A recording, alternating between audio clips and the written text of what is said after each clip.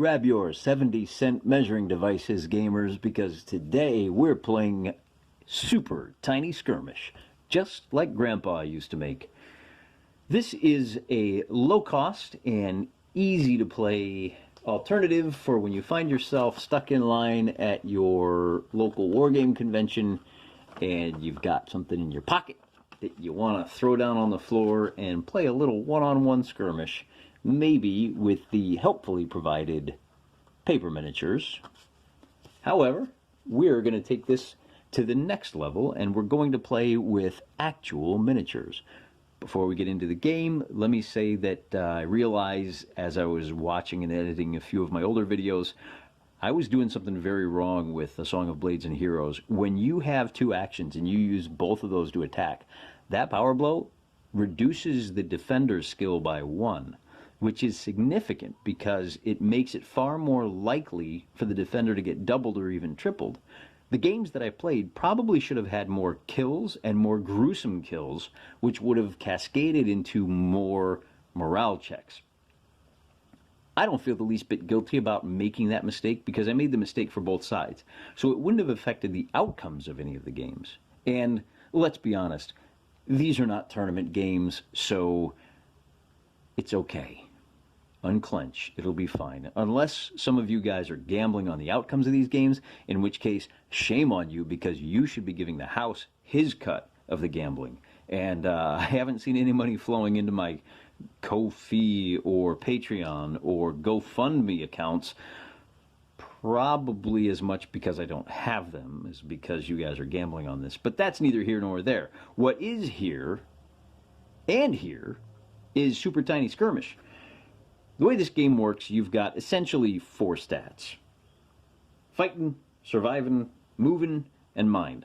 I'm not going to worry about mind. The rules as written have you do character creation where all of those stats start at 2, and then you've got 8 points to divide up among them as you see fit. So you wind up with 4s and everything.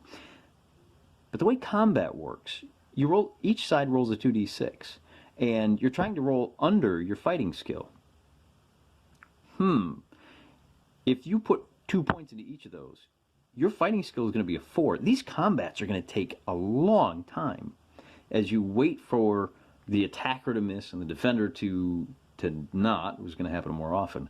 So I've actually built the rosters for the Knife Ears and for the Pharaoh's Guard. I think I told you we got a skeleton boss man here with the yellow hat, and we've got a couple of dogmen, one with a sword and one with a lovely little spear. They are a little bit better at fighting. They're a little bit better at moving. They move 4 centimeters. They move 5 centimeters. Sorry, I'm a Yankee. Using metric outside of a laboratory just sets my teeth on edge. But I'm also a guy that likes to use the rules as written to the greatest extent possible. So I guess I'll just have to buck up and get through it. What do you think of my measuring device, huh? ShopRite, 70 cents, and now we're ready to go. So, the way this game works, both sides roll a d6 at the start of the turn, and the winner goes first. We're going to use the orange dice for the Pharaoh's Guard every turn, and the white dice will always be for Team Knife Ear. And it looks like we're going to go at the same time. It looks like the Pharaoh's Guard is going to go first. So to figure out which board edge they enter from, I'm going to designate this a 1, 2, 3. Actually, I'm going to designate the near side too. 1, 2, 3, 4, 5, 6. They come on 1, 2. And they don't know where the elves come on yet. I'm going to mix this up just a little bit. By the way, this is the turn counter rules as written. 8 turns, and whoever has the most men standing at the end of those 8 turns is the winner. We'll look at that when we come to it. For now, our boys are going to run for the pond here. That's within 10 centimeters, so we're going to run them up to here. And then our elves are going to come on. They only have a move of 4. I'm going to pull these guys back. So if they use... So you get 2 actions. One to move, one to fight. You can move twice or fight twice, whatever. But by moving both, they only move 8 centimeters. So they're going to come on 4, 1, 2, 3, 4. So they'll come on in the center here. And we will have these guys run up. And we're going to split up a little bit. We're going to send our leader man running off this way, and we'll send the spearman. Now the spearman, normally in this game, when you closed within 3 centimeters of a figure, you bring them to contact and you do your combat. Spearmen, this spear dog and this spear knife here, can attack at 4 centimeters. And we'll worry about what happens with that later on. That is not rules as written. That is a house rule that I had to give the spears a little more flavor than you get from just another sword. On turn number 7, initiative, they're going to go at the same time. The dogmen are going to go first. Pharaoh's guard, I should say. And they can move 10. No, they can move 8. Let's not do that again. This is actually the 3rd time I've had to record this video because I kept getting the movement wrong. And unfortunately, man, I'd really like to have that spearman going first, or the spear dog going first, but it just doesn't want to happen. So there's their movement, and we'll bring Archer up to here. We'll bring Spear Dude up to there, and we'll bring Leader Man up to there. See Mr. Leader Man with the yellow hat? He's actually got a yellow plume. That's their leader. On to turn number 6. Rule for initiative for the turn. This time the knife ears get dropped. So Mr. Bowman is going to move 5 and take a shot with his arrows, which have a range of 10, and that is going to be a little bit shy. So Spearman is going to move his 10 to here, and Bossman is going to move from 20 to 30, and he's got to stop right there. So Dogman, he's going to use... We move a total of 5, so they get into combat, and 5 will get you there, and a second move will get you there. Nope. Nope, nope. That's not right.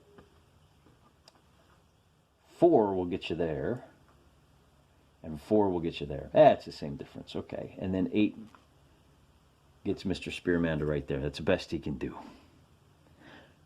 The rules, as you can tell from the brevity of them, don't really go into a whole lot of detail, so we're going to make it up as we go along. Since he is engaged, there's no rules for ganging up or anything like that. It's $10. What do you expect? That includes shipping from Great Britain. Let's do this fight first. That is a boss fight. They're both fighting at 7s. And you're trying to roll under your skill. So the Pharaoh's Guard does, and the Elf King does not. That means damage is dealt. And with a sword, you do 1d6 damage. The attacker tries to roll under his attack. The defender tries to roll under his survive, which is a 5 in this case, which is a 4 in this case. So the damage has been dealt. The damage value for a sword is a d6. But that elf is wearing leather armor.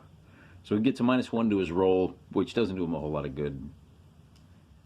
And 4 damage. 4 damage. Which is removed from your S skill, but it puts him at a 0, so he's a dead man. Then we have a fight over here. Dogman versus Spearman. They both fail, so nothing happens. Which brings us to turn number 5. Initiative. is rolled, and the dogmen get initiative, which is great for them because it means this guy can move with his spear up to there and attack.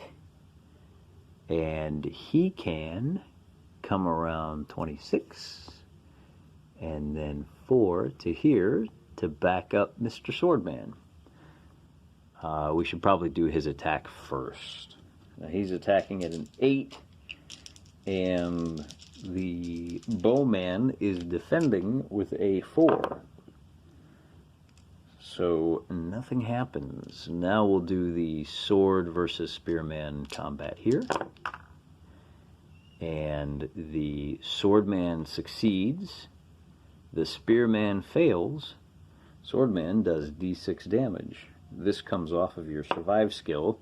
Those 3 points mean that he is down to a survive skill of 1. And when that happens, you are required to race off the board. It is skedaddling time. When your survive gets down to 2, you retreat d6 to the nearest board edge.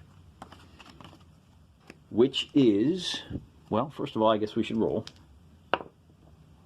He's going to move 2 centimeters towards the nearest board edge, which puts him running this way. What a strange rule, because it keeps them locked in combat.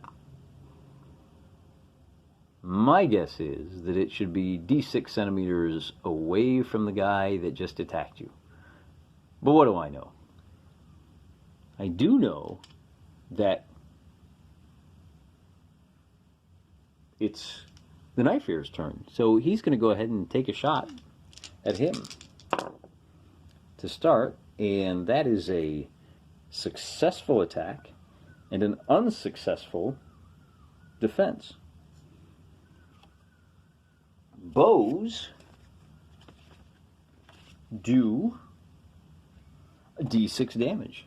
So he does 6 damage, and that kills him.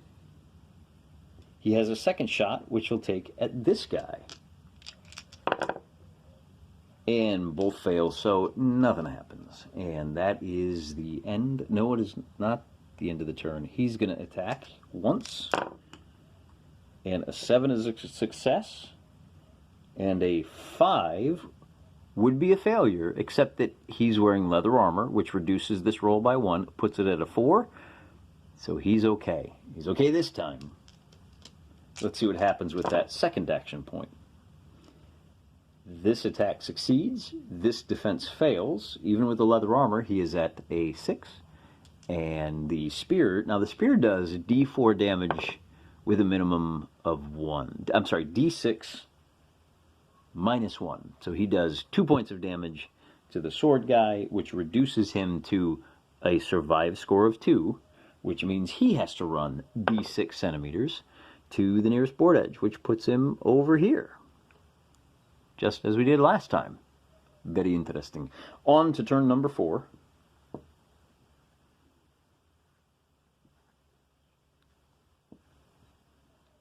There we go. And we have to make an initiative check. Knife ears go first. So Bowman is going to fire 2 arrows at the Skeleton King. And just like we did before, now the Skeleton King is unhurt, but that 8 is not going to do it. Nothing happens with the first one. And we have a successful attack, an unsuccessful survive, so that'll be d6 damage. And with a 6, he goes down, leaving us with the Spearman attacking Mr. Doggo. And he gets 2 attacks. That first attack is a hit. Now he's only got to survive a 2, and now he has 0 hit points left. So Knife Ears with the victory.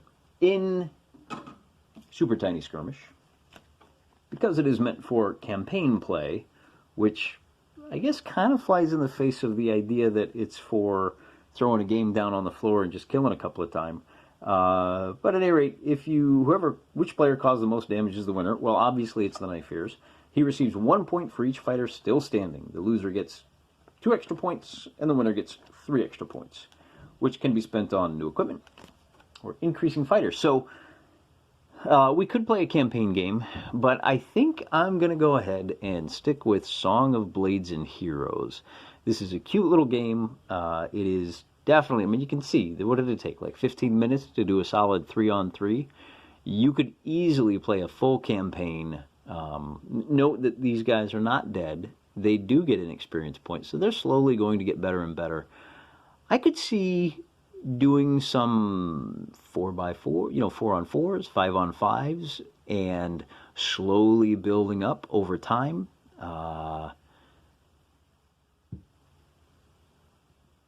But I just don't think there's enough meat in these rules to maintain that level of interest.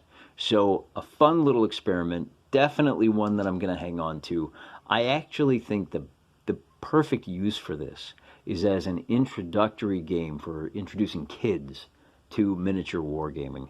It's simple enough that they can grasp all of the rules, and it does still allow them some tactical possibilities and even a little bit of strategic play. So, an interesting experiment. I think overall it's a success. You advanced wargamers might want more to the game, but for what it is, it's a lot of fun. And as I said in the review, it's a bit of a throwback to the do-it-yourself age of the 1970s and even into the 80s. So I like it. I think you should get a copy. If you want to see what else Mammoth Miniatures has, they do have a full-blown game, much more intense. I haven't read it, so I can't review it. It's called Planet 28, and you might give them a look. I believe their website is mammoth-miniatures.com. Maybe it's .uk. I'll put a link in the description. That's what we do on the uses and the tubeses.